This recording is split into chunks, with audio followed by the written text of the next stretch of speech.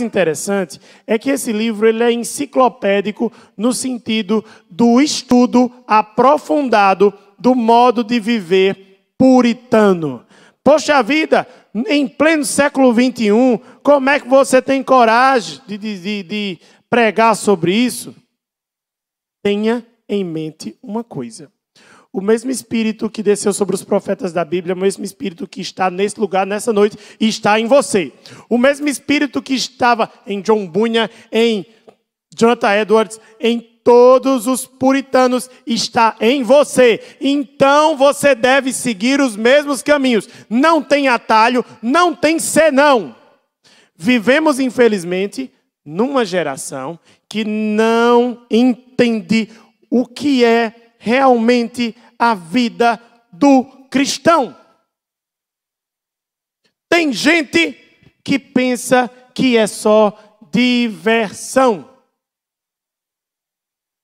Porém, sobretudo, em dias contemporâneos, em que os jovens estão cada dia menos divertidos. E toda sorte de doenças psicológicas tem enredado, tem destruído a vida de muitos jovens. Talvez a maioria aqui conheça uma pessoa e pense nessa pessoa agora. Talvez a maioria aqui conheça uma pessoa que não veio para esse culto porque não conseguia sair de dentro do quarto. Enredado, aprisionado por cadeias do corpo, por cadeias na alma, por cadeias no espírito. Muitas vezes estamos enredados também na igreja. E nós necessitamos, vocês, jovens, escolhidos por Deus para estarem aqui nesse sábado, nesta noite, vocês estão escolhidos por Deus para viver um padrão de vida puritano, completamente ao contrário dessa geração. Completamente ao contrário. Hoje em dia são os dias em que está tudo ao contrário. Todos os valores, está tudo ao contrário. Está tudo ao contrário. Nós estamos vivendo dias em que o debate político é inverso. Quem diz defender a democracia pratica autoritarismo. E nós estamos sendo chamados para proclamar as virtudes do Senhor, o modo de vida do cristão, diferente dessa geração. Sabe por quê? Porque a palavra não muda. Porque o nosso Pai Celestial não tem sombra de variação. Então, nós estamos aqui estudando O Peregrino, parte 8, na edição Capa Flexível, Pão Diário. Eu gostaria que você, para iniciar este estudo, você abrisse a sua palavra no Salmo 16.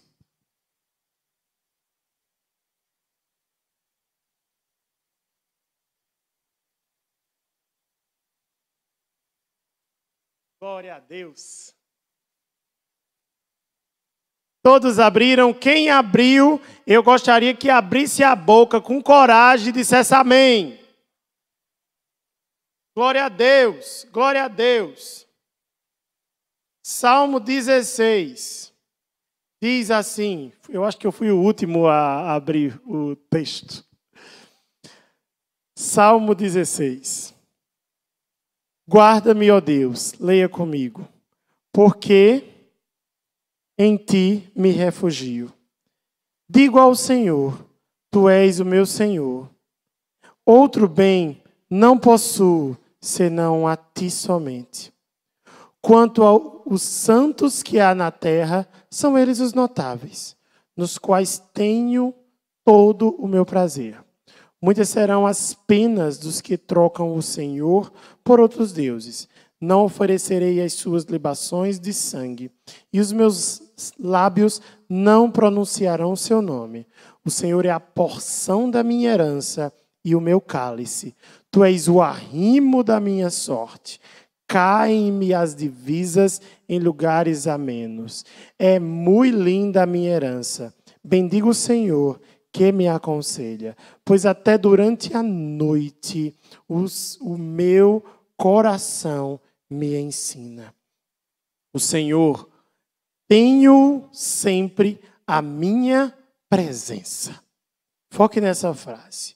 O Senhor, tenho sempre a minha presença. Estando Ele à minha direita, não serei abalado. Alegra-se, pois, o meu coração e o meu espírito exulta, até o meu corpo repousará seguro. Não serei abalado, pois não deixarás a minha alma na morte. Pensa que a sua alma vai ficar na sepultura, você que teme ao Senhor? O texto diz: não deixarás a minha alma na morte, nem permitirás que o teu santo veja corrupção. Tu me farás ver os caminhos da vida, aleluia. Na tua presença, a plenitude de alegria, na tua destra, delícias perpetuamente. Todos de pé? Com a palavra na mão, aberta no Salmo 16. Vamos ler todos juntos, em voz alta, o último verso.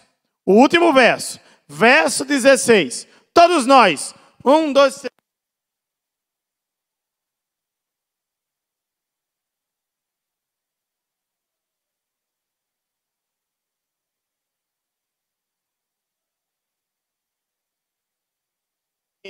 Mais uma vez.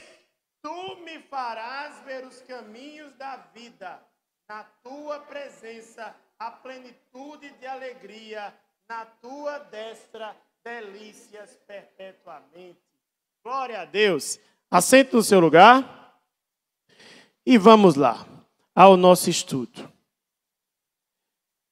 texto diz aqui: tu me farás ver os caminhos da vida. Nesta longa estrada da vida, cristão viu muita coisa.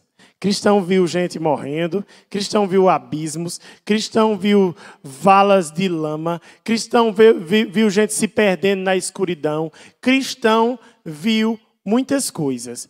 Onde é que cristão vai ver a cidade celestial? A cidade celestial é muito distante, é extremamente distante daqueles que não têm olhos espirituais. É como se ter olhos espirituais te desse uma visão a mais do que você tem. Eu consigo ver todos vocês, eu consigo ver até o nome que tem ali na farmácia, eu acho, de manipulação que tem na frente da nossa igreja. Nossa visão, ela tem um limite. Não conseguimos enxergar como esse telescópio que tem nesse papel de parede, eu acho que só eu estou vendo esse telescópio que está desse lado aqui nessa TV. O homem, e Deus deu sabedoria ao homem, para construir equipamentos que faz aumentar a nossa visão. Você não consegue ver as células, você não consegue ver o vírus, você não consegue ver um monte de coisa, mas se você tiver como é que chama? Quem pode me dizer? É o que, Gil? Se você tiver um microscópio, você vai conseguir ver. Você consegue ver tantas estrelas. Se você tiver um telescópio, você vai ver ainda mais estrelas. Com os olhos carnais, você vê uma igreja, você vê pessoas, você vê o ministério de louvor, você vê este pregador. com os olhos espirituais, você pode enxergar a cidade celestial quando você lê o Salmo 16, capítulo 11. Por que eu pedi para vocês ficarem de pé? Porque se vocês leem isso com o olhar espiritual, vocês vão ver a presença, a plenitude de alegria e as delícias perpétuas. Se você consegue ver com os olhos da fé, com os olhos espirituais, as delícias perpétuas, diga amém. E vamos orar para que todos e mais e cada dia mais pessoas possam ter esse olhar de fé, esse olhar do Senhor. Então, cristão chega na montanha das delícias. A montanha das delícias é um misto de descanso e alegria. A gente vive dias e dias no nosso caminhar cristão. Desbravamos muitas montanhas, também os vales. Passamos por momentos felizes, passamos por momentos tristes, passamos por aqueles momentos em que, como o hino diz, a nossa fé é provada. A vida do cristão é um equilíbrio de descanso em alegria. Posso estar alegre em meus sofrimentos? Posso estar descansado em meio à tribulação? Por quê? Por quê? Porque o que está na minha carne não define quem eu sou. O mundo diz que quem define o que você é a sua orientação sexual. Você é isso, você é aquilo. A Bíblia te diz que nada no teu corpo físico define quem tu és. Quem define quem você é aquele que te salvou numa cruz. E sabe o que você é? Você é filho de Deus. Não são características físicas que te definem. Mas o que te define é o teu Criador. E Ele te diz, tu és meu filho amado. É isso que você é. Então, esta terra que cristão e o seu colega de viagem esperançoso vislumbram a montanha das delícias, é também conhecida como terra de Emanuel. É a terra em que Deus está conosco. Por quê? Porque em toda a nossa vida cristã de altos e baixos, o Espírito Santo não tem altos e baixos. Deus não muda. Deus não tem sombra de variação. O Espírito está nesse lugar. A questão é se você se apercebe da presença dele. O Espírito Santo está aqui. A questão não é ele vir ou ele não vir. Ele está. A questão aqui é você estar com o coração quebrantado e contrito para o receber. A questão aqui é essa. Então, estamos, cristão e esperançoso, na terra da presença do Senhor, onde encontramos 4 pastores. Conhecimento, experiência, vigilância e sinceridade. Quem é ovelha diz amém. Quem gosta de ser exortado diz amém. Quem gosta de disciplina, diga só no seu coração, amém. E não diga nem falando, só no seu coração.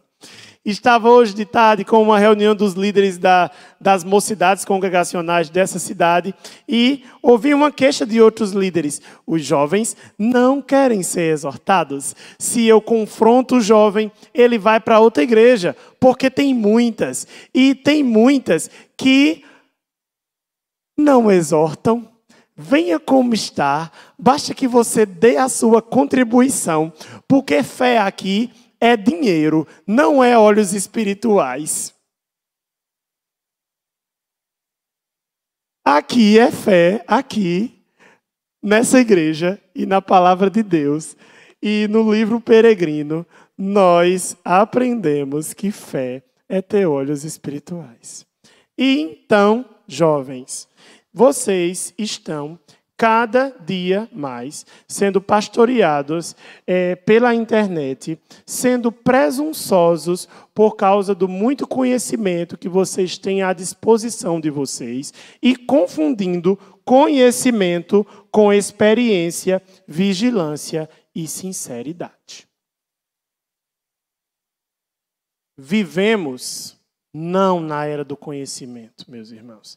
Nós vivemos na era da informação. Nós temos muita informação, mas nós não temos muito conhecimento.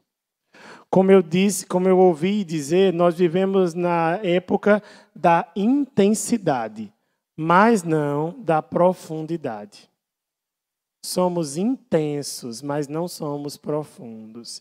Temos muita informação, mas não temos muito conhecimento. Por causa da muita informação que temos, nós nos tornamos presunçosos com os nossos líderes, que são imperfeitos como nós, mas receberam um dom espiritual chamado pastoreio. Não pense que pastoreio é um cargo pelo qual os membros dessa igreja que adotam o sistema de governo congregacional elegem numa assembleia de membros. Pastorado não é título de ordenação de homens, nem muito menos cargo eletivo. Pastorado é dom espiritual. Então, nós, congregacionalmente e democraticamente, elegemos pastores confiando no Senhor. E pelo testemunho dos nossos pastores, que a eleição desses pastores e a ordenação desses pastores frente à denominação Aliança é reflexo do dom espiritual que eles receberam antes, inclusive, de entrar no seminário. Porque pastoreio é, acima de tudo, dom espiritual. Então, não seja presunçoso com quem tem um dom espiritual que você não tem. Você que não tem o dom do pastoreio, não tem, e eu digo pastoreio, não apenas a pessoa com cargo de pastor, mas vamos amplificar aqui para a posição de líder. Você, jovem, não pode ser presunçoso com quem tem o dom de liderança quando você não tem. E sabe por que você não tem? Porque imagine só, se todo mundo tivesse só um dom espiritual. Todo mundo é pastor. Ninguém é mestre, ninguém é profeta, ninguém é evangelista, ninguém é apóstolo. Todo mundo tem só um dom. Não é assim no corpo de Cristo. Imagine se todas as células do nosso corpo fossem iguais às que estão no fígado, ou iguais às que estão no pulmão. Não! O corpo humano só existe porque a célula do músculo é diferente da célula cardíaca, a célula cardíaca é diferente da célula do sangue, e desta forma o nosso corpo funciona porque tem vários tipos de célula. O corpo de Cristo funciona porque cada um tem o seu dom. Imagine, Tiaguinho, se todo mundo tocasse violão. Não tem bateria, não tem baixo, não tem guitarra, não tem cantores, só tem violão. Não é assim. A gente só é a igreja Porque Tiaguinho sabe uma coisa que eu não sei fazer, e eu sei fazer uma coisa que ele não sabe. E aí a gente completa, faz a ministração aqui. Ministério Adonai só é Ministério de Adonai porque tem bateria, tem baixo, tem teclado, tem violão, tem vozes. Nós vivemos como corpo de Cristo, essencialmente porque nós somos diversos. Então, se você avalia presunçosamente o seu pastor, se valendo do fato contemporâneo, que as pessoas têm a visão de igreja como se fosse mercado, eu vou aqui escolher na prateleira qual é a que eu vou, qual é a que a minha carne é satisfeita. Não pense que você pode avaliar o dom dos outros. Complete o dom dos outros. Não seja presunçoso com o seu líder. Abençoe seu líder. Cuidado com a sua presunção juvenil, jovem. Por isso, nós estamos, e eu digo isso, não é de hoje, é característica nossa, jovens. É assim mesmo. Então, continuando. Seja respeitoso e seja abençoador com os seus líderes, que têm mais conhecimento, que têm mais experiência, que têm mais vigilância, que têm mais sinceridade. Seja pastoreado espiritualmente e seja abençoador no corpo de Cristo. Seja aquela pessoa que soma. Se você divide no corpo de Cristo, você é uma célula cancerígena. Você só é célula do corpo de Cristo se você fizer parte do corpo de Cristo. Amém? Então, Deus derrama multiplicadamente sobre nós diferentes dons. Cristão encontra os pastores e recebe deles diversos ensinamentos sobre conhecimento. Veja. Conhecimento espiritual não é conhecer apenas as letras e o sentido semântico dessas palavras, mas exatamente enxergar com os olhos espirituais o que essas palavras dizem, receber e aplicar a 100 e multiplicar a 100 por 1 as palavras proféticas e as promessas contidas neste livro. Não apenas ler, porque ler, estudar, aprender e depois dar uma palestra, qualquer um. Mas nós estamos aqui para lermos isso aqui com a revelação do Espírito Santo que muda e que transforma todas as coisas. Todos os monges do monastério onde Lutero estava tinham acesso a isso aqui. Sabe qual foi a diferença? É que Lutero chegou naquela biblioteca e teve os olhos espirituais abertos para ler a carta aos Romanos que dizia: o justo viverá pela fé. E aí nós estamos aqui, frutos da Reforma Protestante. Por quê? Por causa de semântica? Do latim? Não, porque os olhos espirituais de Lutero foram abertos. Então, conhecimento, experiência. Eles chegam a uma montanha, eu já estou passando aqui, perdão. Eu tenho um pouco de dificuldade de acompanhar esse. Eu vou falando e eu já me esqueço onde eu estava. Eles chegam a um lugar em que eles conseguem ver os lugares onde eles passaram. O que isso nos ensina necessariamente? O passado nos ensina. Olhe para o seu passado. Pense nessa hora uma coisa que você se arrepende. Pense nessa hora algo que você faria diferente. Pense nessa hora. Eu estou dando segundos, né, para vocês pensar. Então pense rápido, pense rápido, pense rápido. Pense nessa hora em algo que você, um erro que você não quer repetir jamais. Se você pensou, é porque você é sábio. Sabe por quê? Porque errar todos erram. Agora, persistir no erro, aí como se diz no popular.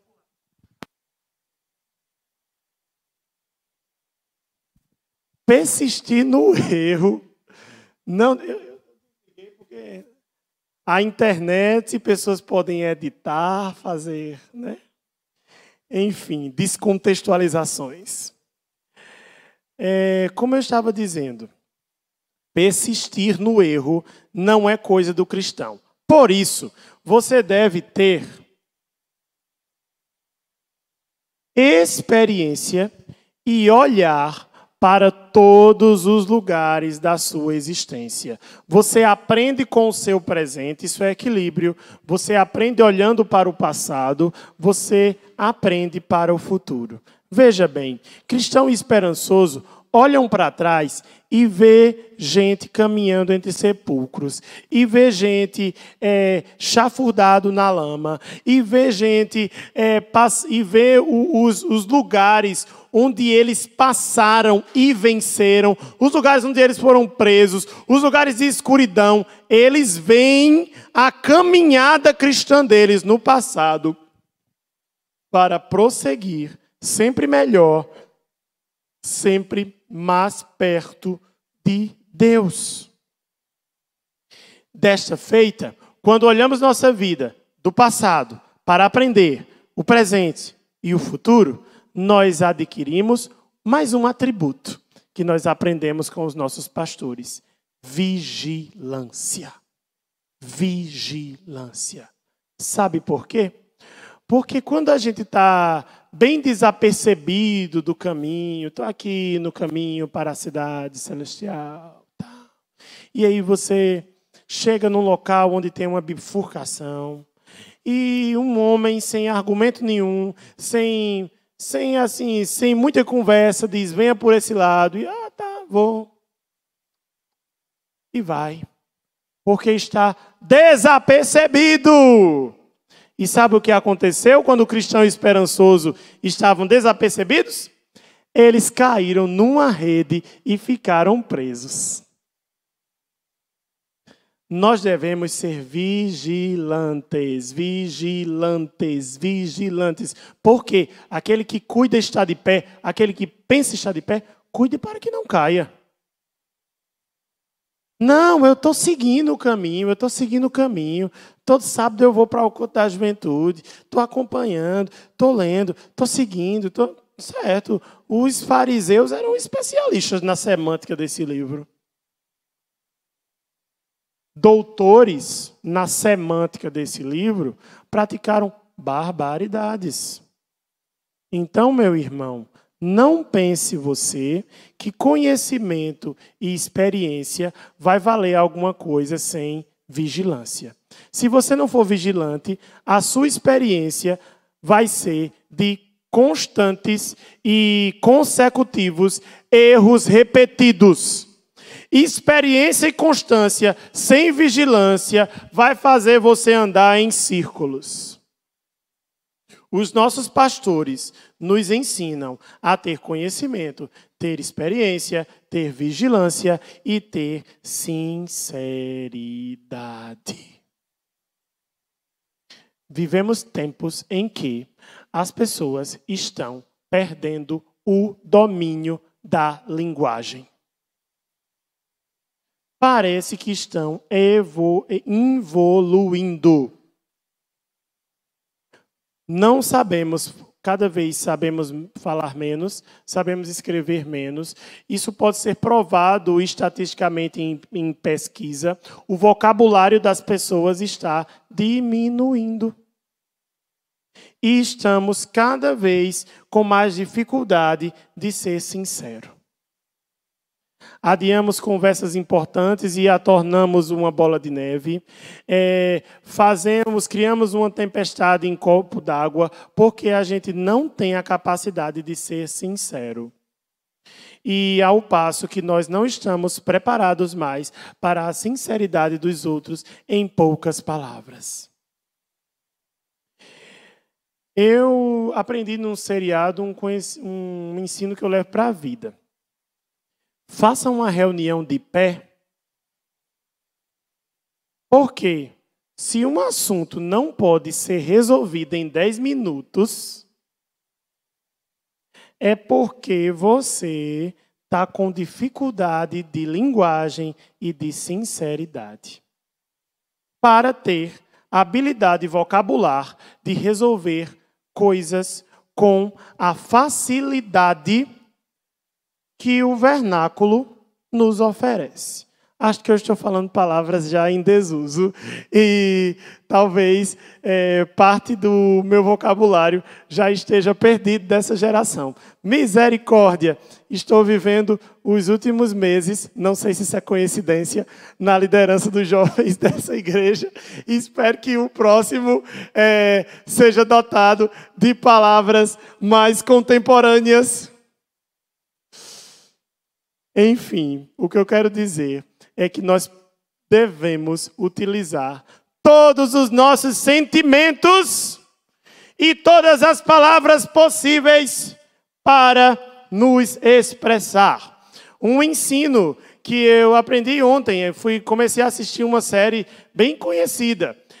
A gente, como cristão, tem que filtrar, porque tudo no streaming como é que se diz? É deturpado. Então, a gente tem que filtrar o que é bom e o que é ruim. Mas eu comecei a assistir aquela série Anne Shirley. Não é legal? Quem já assistiu? Anne Shirley. Então, alguns já assistiram. A forma que ela se expressa é muito massa.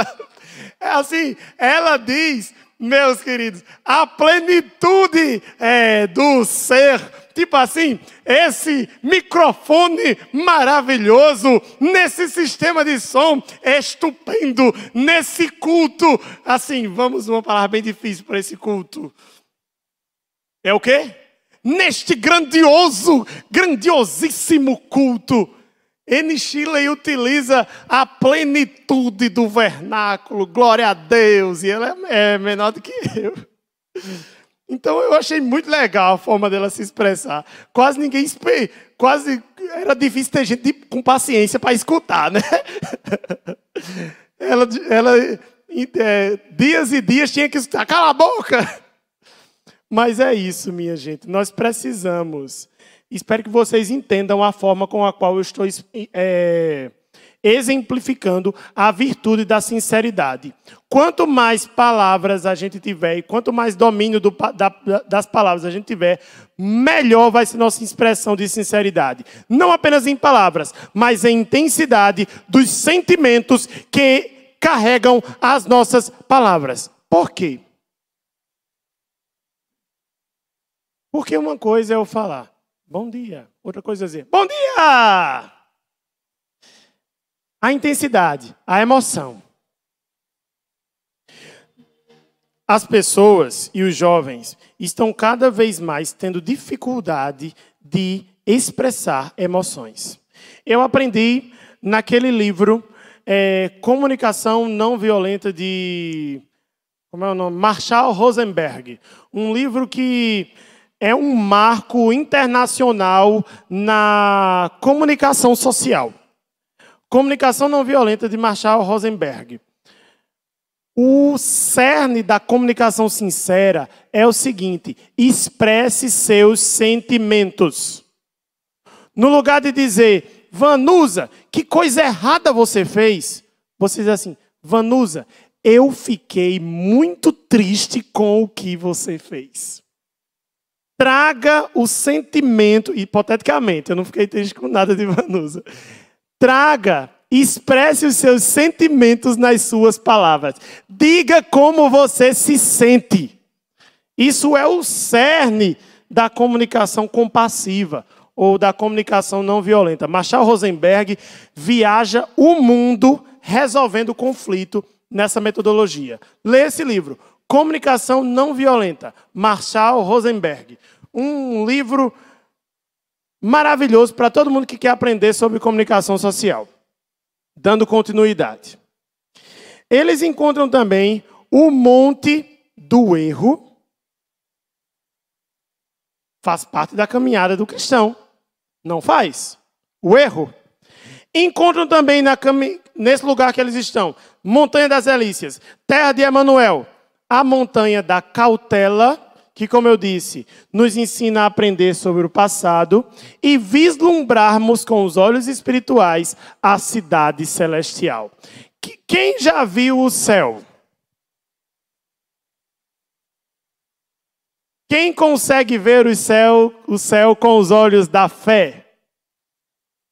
Levanta o braço, quem vê o céu com os olhos da fé?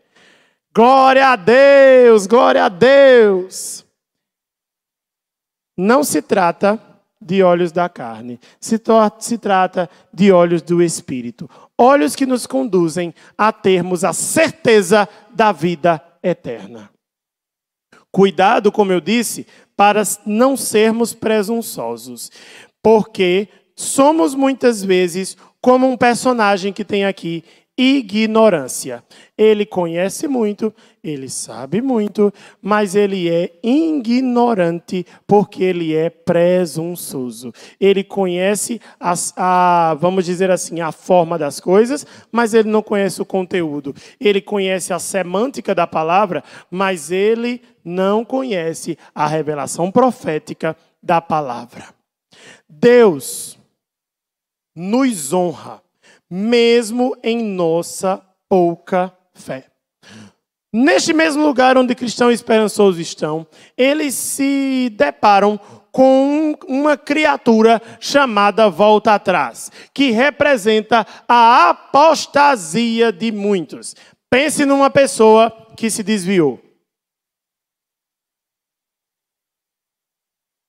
Pense agora num pregador que caiu. Pense agora no seu amigo que está frio espiritualmente. Pensando nessas pessoas, abra a palavra em Hebreus capítulo 12, verso 25.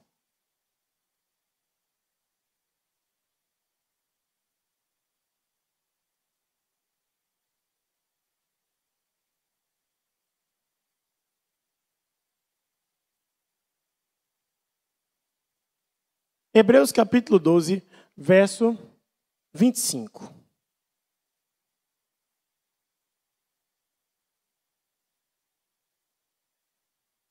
Receba aí a exortação do autor dos Hebreus. Leia com toda a atenção do seu ser. Hebreus capítulo 12, verso 25. Tende cuidado. Tende cuidado. Não recuseis ao que fala. Pois, se não escaparam aqueles que recusaram ouvir quem divinamente os advertia sobre a terra, muito menos nós que nos desviamos daquele que dos céus nos adverte. O autor está falando que se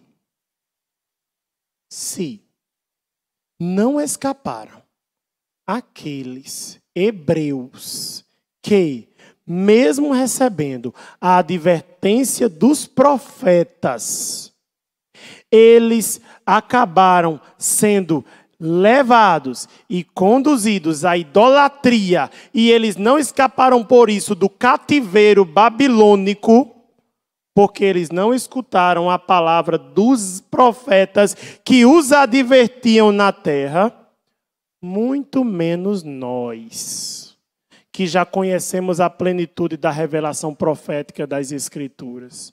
Muito menos nós, quando nos desviamos daquele que dos céus nos adverte. Imagine você se desviar da palavra de Deus. Como muitos estão fazendo. Muitos, inclusive, famosos na internet, influenciadores de jovens, se distanciando da palavra de Deus.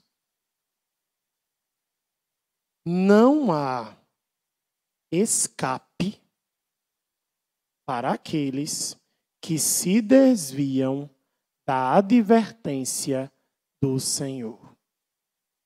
Se você não recebe a exortação do Senhor, você será enredado e você vai ficar preso, você vai ficar chafurdado na lama no caminho para a cidade celestial. Se você não receber as advertências do Senhor na palavra através dos seus líderes, você não terá olhos espirituais para vislumbrar a cidade celestial. Então, cuidado com a apostasia. Sutil.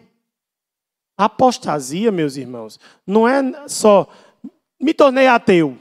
Não. Apostasia é não crer completamente na Escritura e relativizá-la. Então, não volte atrás. Temos, entretanto, uma fé pequenininha, que nos faz, muitas vezes, não andarmos sobre as águas. Porém, Deus nos honra na nossa pouca fé. Porque se vocês tiverem, diz a palavra, fé como um grãozinho de mostarda, vocês vão dizer a esse monte, lança-te ao mar, e assim ele vai te obedecer. Então, não esmoreça nas tuas dúvidas. Sabe por quê? Porque da mesma forma que não existe ateu 100%, não existe aquele que tem fé 100%.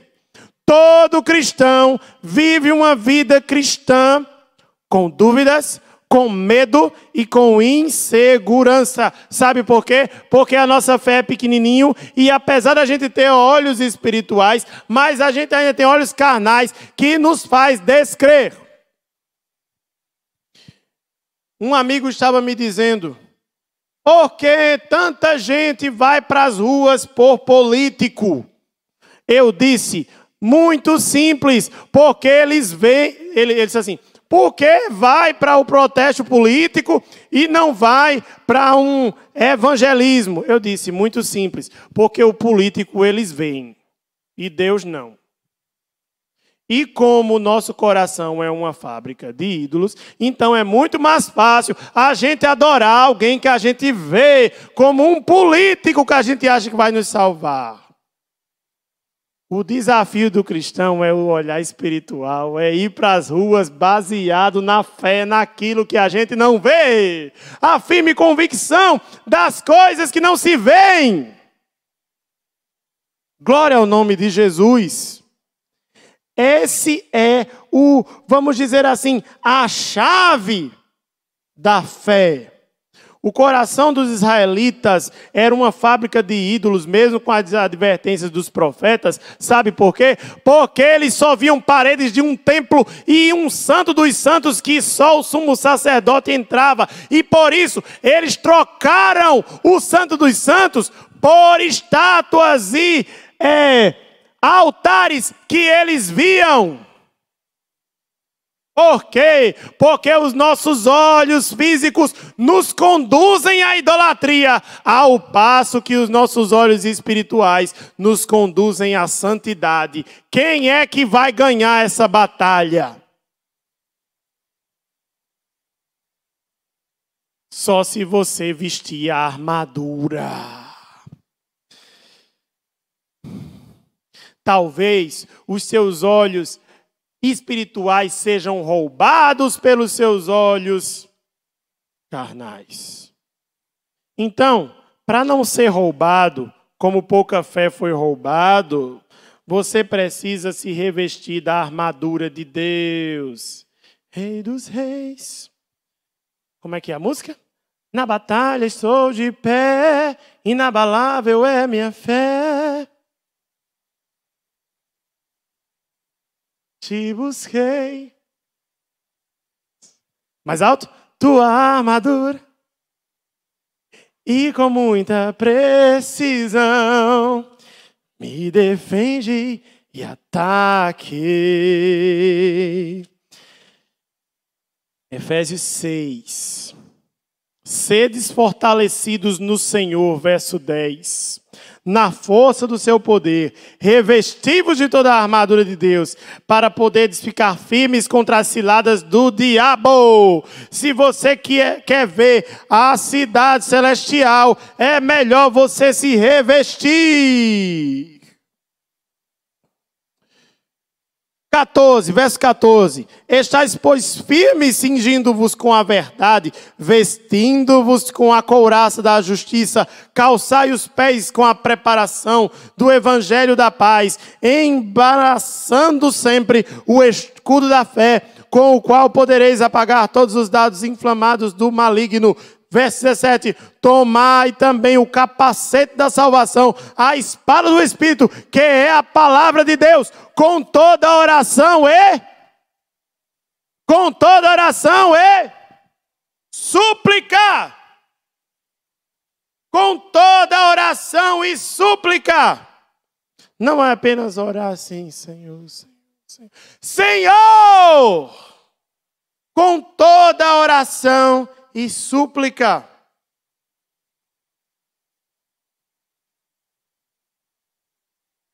Orando em todo tempo no Espírito, para isto, vigiando com toda perseverança e súplica por todos os santos. Glória a Deus. Então, se você não quer ter sua fé roubada, vista-se com a armadura. E em segundo lugar, esteja na proteção e na dependência de Deus, sabendo que as armaduras do seu corpo, elas não vão dar fim às suas guerras. Não pense que você vai ganhar na força do seu braço. Não pense nisso, não. Você só vai chegar na cidade celestial se você estiver protegido, se você estiver na dependência, como Davi, como Ezequias. E a Bíblia tem diversos, né? Então, não siga por atalhos. O grupo pode se posicionar. Não siga por atalhos para não ser enredado. Nossa fé é confrontada porque não vemos pelo que não vemos e pelo que não provamos. As pessoas podem dizer, para que você crê em Deus? Como uma professora me dizia na universidade, você que fecha os olhos para orar, você está tendo alucinações. Deleite-se no Senhor firmemente para não dormir. Deleite-se no Senhor para não dormir. Na última parte, desta parte 8, eles chegam a um local onde eles são tipo assim envenenados. Onde eles caem assim numa droga de adormecimento. Sabe por quê? Porque caminhar cansa. Quem aqui já andou meia hora, levanta o braço. Quem aqui já andou 1 hora, levanta o braço. Quem aqui já andou 2 horas, levanta o braço. Tu já andou 2 horas? Minha irmã, parabéns, viu? É sério. Meu irmão, teve uma vez que eu fui do aeroporto até o Jeremias. Aí eu cheguei, troquei de roupa, tomei banho e fui para o Jardim Tavares, onde tem a igreja metodista. Era uma reunião de encontro de jovens. Eu fui no aeroporto comprar uma passagem. Quando voltei, eu digo, não, eu vou andando porque se passar o ônibus eu pego. Aí eu tava escutando, né, o fone de ouvido e fui andando. Pensei que não estava no Jeremias. Depois eu tava com muito fortalecimento. E eu tinha o quê? 20 e poucos anos. Talvez hoje eu não tenha a mesma força. Sabe por quê? Porque Quando a gente anda muito, a gente fica cansado. E se a gente se sentar no meio do caminho e dormir? Quando a gente abrir os nossos olhos, não vai ter mais caminho na nossa frente. E a gente vai estar perdido. Sabe por quê? Porque o mundo é, na representação do livro de Apocalipse, um deserto. Um deserto. Sabe o que acontece se você parar e dormir no Saara? O vento vai fazer as dunas se movimentarem e te enterrarem. Então, se você estiver caminhando no deserto do Saara, meu irmão, não pare não. Deleite-se no Senhor para não dormir. Sabe como é que você é fortalecido? Venha para aqui todo dia. Leia a palavra todo dia. Chegue cedo no culto. Seja o primeiro a chegar, o último a sair. E seja aqui amanhã, de noite, chegou em casa, escute, ouça a palavra. Leia a palavra. Se deleite no Senhor. Porque senão você vai dormir. Hoje não. Vou assistir pela internet. Quantas lives tem nesse exato momento na internet para você escolher? Vou ver aqui o culto no celular. Quantos aplicativos tem aqui enquanto você está assistindo o vídeo para você se distrair? E dessa maneira, você pode dormir. Então, não quer dormir? Deleite-se no Senhor. E agora, nós vamos cantar a história da salvação. Nessa música que chama-se Bem Mais Que Tudo. Um dos hinos mais cantados no mundo. Já foi traduzido em vários...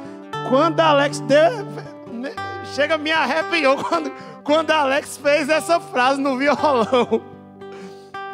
Esse hino é um marco na história da igreja e a gente fica arrepiado de emoção toda vez que canta ele.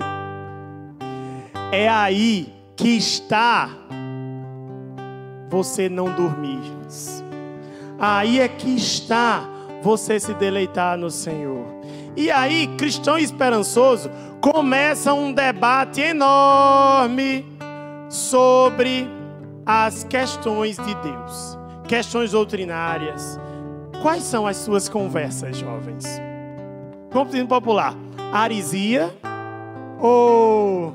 Não sei nem se usa mais isso ainda, né? Aresia. Enfim, espero que a maioria tenha entendido. Quais são as tuas conversas, jovem?